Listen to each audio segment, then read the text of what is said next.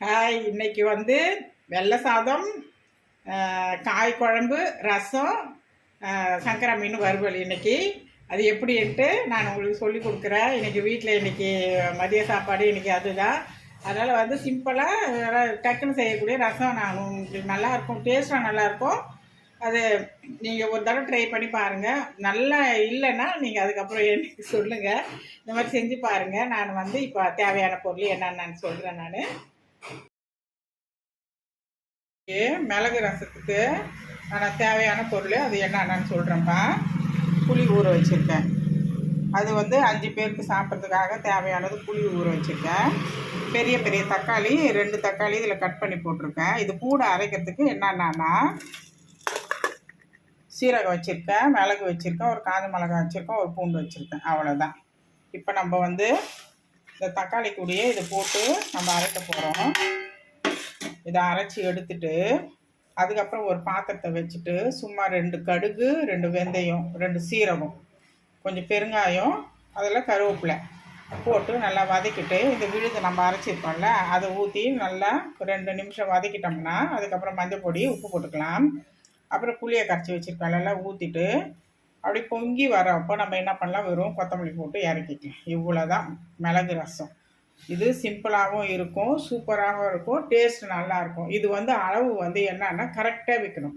இப்போ 5 பேர் நம்ம சாப்பிட்றோமோ அதுக்கு தேவையானது புளி. இப்போ 5 பேருன்னா ஒரு 50 கிராம் புளி வச்சுக்கணும். ஒரு 2 தக்காளி, பெரிய தக்காளி, சின்ன தக்காளி இருந்தால் ஒரு 4 இல்லை 3 அந்த மாதிரி வச்சுக்கோங்க. அதுக்கு தேவையானது ஒரு 2 ஸ்பூனு மிளகும், எவ்வளோ ஸ்பூனு இருக்கோ அதுக்கேற்ற மாதிரி பார்த்து 2 ஸ்பூன் மிளகு, 2 ஸ்பூனு சீரகம், ஒரு பூண்டு வந்து நல்லா பெருசாக நல்லா போட்டுக்கணும். அவ்வளோதான், வேறு ஒன்றுமே இல்லை. இந்த ரசம் வைங்க, செம்ம சூப்பராக இருக்கும். நல்லா வாசனையாக கம்மன்னு இருக்கும். நீங்கள் எப்படி செய்வீங்கன்னு தெரில. நான் இது என்னோட மெத்தடில் உங்களுக்கு இந்த ரசம் வந்து சட்டுன்னு செய்யலாம், சூப்பராகவும் இருக்கும். நான் உங்களுக்கு சொல்லித்தரேன். இப்போ இதை நம்ம அரைச்சிக்கலாம். இப்போ அரைச்சிட்டு இதை கரைச்சி வச்சுக்கிறேன். இப்போ தாளிப்பு கொடுத்து அது எப்படின்னு சொல்கிறேன். அதுக்கப்புறமும் இது முடிஞ்ச உடனே ஒரு கொஞ்சம் பீன்ஸு, கேரட்டு, பச்சை பட்டாணி, உருளைக்கிழங்கு அதெல்லாம் போட்டு டிஃபனுக்கோ வச்சு சாப்பிட்டுக்கலாம். அந்த காய் குழம்ப ஒயிட் ரைஸ்க்கும் நம்ம வச்சு சாப்பிட்டுக்கலாம். அதுவும் இப்போ நம்ம பண்ணிக்கலாம். முதல்ல ரசத்தை வச்சுக்கலாம். இப்போ நான் அரைச்சி எடுத்துகிட்டு வந்துடுறேன். இப்போ ஒரு பாத்திரத்தை வச்சுட்டேன்ப்பா. வச்சுட்டு கொஞ்சோண்டு நல்லெண்ணெய் ஊற்றிக்கிறேன். ஏன்னா நல்லெண்ணெய் ஊற்றினா நல்லா வாசனையாக இருக்கும். கொஞ்சோண்டு நல்லெண்ணெய் ஊற்றி அது நல்லா காயிட்டோம். இப்போ வந்து என்ன வச்சுருக்கிறேன்னா கொஞ்சோண்டு சீரகம், கொஞ்சம் கடுகு, சும்மா 2 வெந்தயம், கருவேப்பிலை வச்சுருக்கேன். அவ்வளோதான். இதுதான் போட்டு தாளிக்கணும். வாசனையாக நல்லாயிருக்கும், சூப்பராக இருக்கும், மணமாக இருக்கும். இதை நம்ம நல்லா காஞ்சிச்சு. இப்போ வந்து நம்ம போட்டுக்கலாம். இப்போ அது நல்லா பொரிட்டோம். இப்போ இதை நம்ம அரைச்சி நம்ம வச்சாச்சிப்போம். இதில் தக்காளியோ, ஒரு காஞ்ச மிளகாய், பூண்டு, மிளகு, சீரகம், அவ்வளோதான். இதுதான் போட்டு அரைச்சி வச்சுருக்கேன். நம்ம இதில் ஒன்றுமே போட வேணாம், சூப்பராக இருக்கும், நல்லா இருக்கும் ரசம். இதுக்கப்புறம் கொஞ்சம் பெருங்காயம், பெருங்காயம் கொஞ்சம் போட்டோம்னா நல்லா மணமாகவும் இருக்கும், நல்லது உடம்புக்கு. நம்ம எப்பவுமே வந்து ரசம் வந்து ஒரு ஜீரணத்துக்காக, ஒரு வைத்தியத்துக்காக நம்ம சாப்பிட்றதுக்கு ரசம். அதை வந்து ரசப்பொடியெல்லாம் வாங்கி கடையில் அதெல்லாம் வாங்கி போட்டு அது செய்கிறாங்க. அது ஒன்றும் அவ்வளோ ரொம்ப நல்லது கிடையாது. ஏன்னா அர்ஜென்ட்டாக ஆபத்து ஏதோ ஒரு முடியல அப்படின்னா நம்ம அது மாதிரி செஞ்சுக்கலாம். இப்போ வந்து இந்த விழுதை போட்டு வதக்கிக்கலாம்.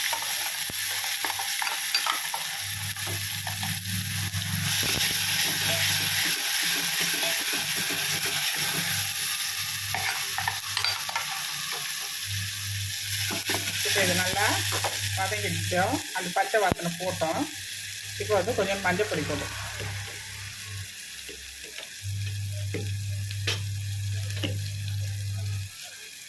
இப்போ மஞ்சள் பொடி 1 ஸ்பூன் போதும், அது போட்டுட்டேன்.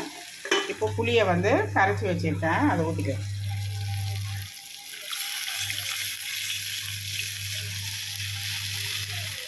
இப்போ நம்ம எவ்வளோ தேவை ரசத்துக்கோ அதுக்கேற்ற மாதிரி ஊற்றிக்கலாம். இப்போ வந்து தேவையானது நான் உப்பு போட்டுக்கிறேன். அவ்வளோதான். இப்போ அது வந்து ஒரு கொதி வந்து நல்லா வந்தோன்னா நம்ம வந்து வெறும் கொத்தமல்லி போட்டு நம்ம இறக்கிக்கலாம். தயவுசெய்து இந்த கடையில் வைக்கிற பவுடரெல்லாம் போட்டு ரசம் வைக்காதீங்க. அது வந்து டேஸ்ட் நல்லா தான் இருக்கும், ஆனால் உடம்புக்கு அவ்வளோ கெடுதல். நம்ம வந்து ஒரு ஜீரணத்துக்கோ ஒரு 2வது வந்து நம்ம எந்த ஒரு ஃபுட்டு சாப்பிட்டாலும் ஜீரணத்துக்காக வேண்டி நம்ம சாப்பிட்றோம். நீங்கள் இந்த மாதிரி செஞ்சு பாருங்கள், நல்லாயிருக்கும், சூப்பராக இருக்கும் ரசம். நீங்கள் எப்படி செய்கிறீங்கன்னு தெரியல, நீங்கள் இந்த மாதிரி ஒரு தடவை செஞ்சு பாருங்கள், நல்லாயிருக்கும். அதுக்கப்புறம் புளி, உப்பு அதெல்லாம் நம்ம போட்டாச்சு. இப்போ தேவை உனக்கு எவ்வளோ தண்ணி வேணுமோ அதுக்கேற்ற மாதிரி நம்ம ஊற்றி ஒரு பொங்கி வந்தோன்னா இது கொத்தமல்லி வச்சுருக்கேன், அதை போட்டு நம்ம இறக்கிக்கலாம். ரசம் இப்போ நல்லா பொங்கி வந்துடுச்சு. இப்போ நான் கொத்தமல்லி போட்டுட்டேன். இப்போ போட்டுட்டு நம்ம என்ன பண்ணலாம், நெய் கொஞ்சம் ஊற்றிக்கலாம். நெய் இருந்தால் ஊற்றுங்க, இல்லைன்னா வேணாம். கொஞ்சம் நெய் ஊற்றினா நல்லா வாசனையாக நல்லா சூப்பராக மணமாக நல்லாயிருக்கும் நம்ம ஊற்றி சாப்பிட்றதுக்கு. அவ்வளோதான் ரசம். இது ஓவர், இது முடிஞ்சிச்சு. இது அடுத்தது நம்ம காய் குழம்பு வச்சுக்கலாம்.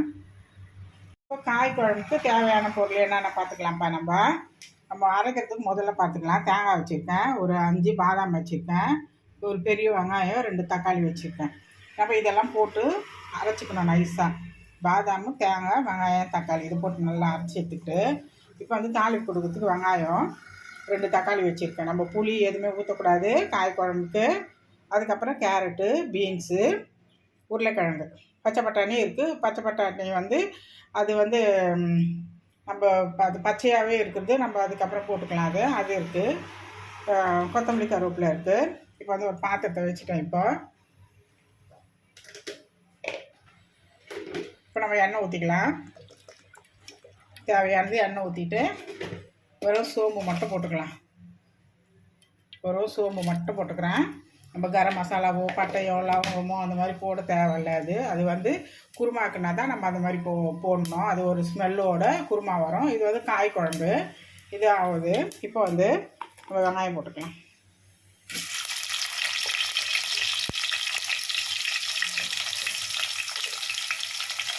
வெங்காயம் நல்லா வதங்கணுன்னா கொஞ்சம் இஞ்சி பூண்டு போட்டுக்கலாம், பேஸ்ட்டு போட்டுக்கலாம். இப்போ வெங்காயம் நல்லா வதங்கினோன்னா தக்காளி போட்டு இஞ்சி பூண்டு பேஸ்ட்டு உப்பு போட்டோம்னா தக்காளி நல்லா வதங்கிடும். அதனாட்டே நம்ம இந்த பொருளை நம்ம அரைச்சி எடுத்துக்கலாம். அது வதங்கட்டும். நல்லா செவந்து வந்துடுச்சு. இப்போ அந்த தக்காளி கூட நான் உப்பு போட்டிருக்கிறேன். குழம்புக்கு எவ்வளோ தேவையாவோ உப்பு நம்ம போட்டுக்கலாம். தக்காளி நல்லா வதங்கி வந்துடும் உப்பு போட்டோம்னா.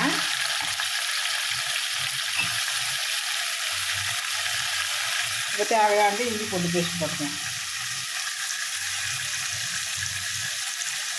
இஞ்சி போட்டு பேஸ்ட்டு போதும். இப்போ நல்லா காரஞ்சி நல்லா வறுக்கும். இப்போ காய் குழம்புக்கும் ரசத்துக்கும் சங்கரா மீன் இப்போ வறுத்துட்ருக்குறேன். இன்றைக்கி வந்து ஒயிட் ரைஸு, சங்கரா மீன், காய் குழம்பு, ரசம் இன்றைக்கி மதியானத்துக்கு. அது சங்கரா மீன் இப்போ வறுத்துட்ருக்கேன். இப்போ வந்து இந்த விழுதை வந்து அரைச்சி எடுத்துகிட்டு வந்துட்டேன். இப்போது இதை அரைச்சி இதை எடுத்தாச்சு. இப்போது நல்லா வதங்கணும். காயை போட்டு மிளகாத்தூள் போட்டுட்டு கொஞ்சம் மஞ்சள்தூள் போட்டுட்டு நம்ம இந்த விழுதை ஊற்றிட்டு அதுக்கப்புறம் தண்ணி ஊற்றி வேக விட்டு எடுத்துக்கலாம். அவ்வளோதான், ஒன்றும் இல்லை. இப்போ நல்லா வதங்கட்டும். தக்காளி நல்லா வதங்கி நல்லா வந்துச்சுப்பேன். இப்போ வந்து பச்சை பட்டாணி இப்போ கொஞ்சம் போட்டுக்கினேன். இப்போ கேரட் இருக்குது, உருளைக்கிழங்கு இருக்குது, பீன்ஸ் இருக்குது. நம்ம இந்த காயெல்லாம் போட்டுக்கலாம். கொத்தமல்லியே வச்சுருக்கேன், அதுவும் கூட சேர்ந்து நம்ம போட்டுக்கலாம். இதில் வந்து கரம் மசாலா எதுவுமே போட வேண்டாம். இது வந்து குருமா மாதிரி ஆகிடும், காய் குழம்பு ஸ்டைல் வராது. நீங்கள் கரம் மசாலா பட்டை லவங்கெல்லாம் எதுவுமே போடாதீங்க. இது டிஃபனுக்காக வச்சு சாப்பிட்டுக்கலாம், நம்ம சாப்பாட்டுக்காக சாப்பிட்டுக்கலாம். சூப்பராக இருக்கும்.